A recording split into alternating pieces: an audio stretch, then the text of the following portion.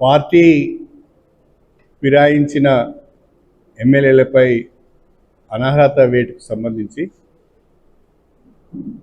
నిన్న హైకోర్టు ఒక తీర్పు ఇచ్చింది. ఆ హైకోర్టు తీర్పు పూర్తి పాఠాన్ని పత్రికలలోనే చూసాం తప్ప ఇంకా కాపీ ఒరిజినల్ కాపీ ఇంకా అందలేదు. ఆ ఒరిజినల్ కాపీ అందిన తర్వాత పార్టీతో అదేవిధంగా న్యాయ నిపుణులతో కూడా మాట్లాడి భవిష్యత్ కార్యాచరణ రూపొందించుకోవడం జరుగుతుంది. అంతేకాకుండా ఈ పార్టీ ఫిరాయింపుల విషయంలో గతంలో సుప్రీంకోర్టు 2 భిన్నమైన తీర్పులు ఇచ్చింది. తెలంగాణ హైకోర్టు కూడా గతంలో ఒక రకమైన తీర్పు ఇచ్చింది, ఇప్పుడు ఇంకొక రకమైన తీర్పు ఇచ్చింది. గతంలో తెలంగాణ డివిజన్ బెంచ్ మేము స్పీకర్ గారికి ఏ రకమైన డైరెక్షన్ ఇవ్వలేమని చెప్పారు. కానీ ఇప్పుడు సింగిల్ జడ్జి మాత్రము సెక్రటరీ లెజిస్లేచర్కు డైరెక్షన్ ఇచ్చారు. 4 వారాలలోపు షెడ్యూల్ మాకు అందజేయాలి అని. ఏదేమైనా ఈ భిన్నమైన తీర్పుల నేపథ్యంలో అందరితో మాట్లాడి న్యాయ నిపుణుల సలహాలు కూడా తీసుకొని సాధ్యాసాధ్యాలను పరిశీలించి డివిజన్ బెంచ్కి పోయే ఆలోచన చేస్తున్నాం. డివిజన్ బెంచ్ తర్వాత ఇంకా చాలా స్టేజెస్ ఉంటాయి. డివిజన్ బెంచ్ తర్వాత సుప్రీంకోర్టు ఉంది, సుప్రీంకోర్టు తర్వాత స్పీకర్ కూడా ఉన్నారు. కానీ కొంతమంది అప్పుడే ఏదో జరిగిపోయింది అన్నట్టుగా లొటపెట పెదుగులకు నక్కలు ఆశపడ్డట్టుగా కొంతమంది మాట్లాడుతున్నారు. వాళ్ళ అజ్ఞానానికి నేను జాలిపడుతున్నాను. రేపే ఉప ఎన్నికలు వస్తాయన్నట్టుగా మాట్లాడుతున్నారు. రేపు కాదు కదా,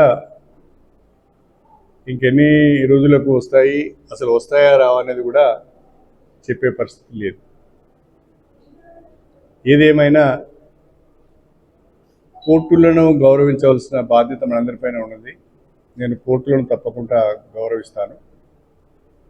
కానీ విచిత్రం ఏంటంటే 2014 నుంచి 2023 వరకు అధికారంలో ఉన్న భారత రాష్ట్ర సమితి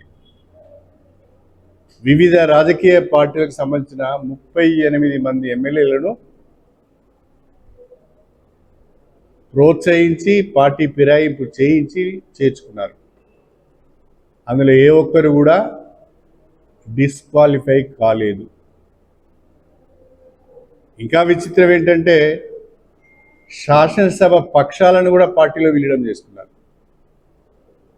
కాంగ్రెస్ పార్టీ శాసనసభ పక్షం, టీడీపీ శాసనసభ పక్షం, వైఎస్ఆర్సీపీ శాసనసభ పక్షం, చివరికి సిపిఐ శాసనసభ పక్షాన్ని కూడా బీఆర్ఎస్ పార్టీలు విలీనం చేసుకొని అసలు శాసనసభలో ఇంకెవరు లేరు మేము తప్ప అనే విధంగా మాట్లాడి ఒక అడుగు ముందుకు వేసి పార్టీ ఫిరాయించిన ఎమ్మెల్యేలకు మంత్రి పదవులు ఇచ్చారు. మొదటి విడతలో శ్రీనివాస్ యాదవ్ మంత్రి అయిండు రాజీనామా చేయకుండానే.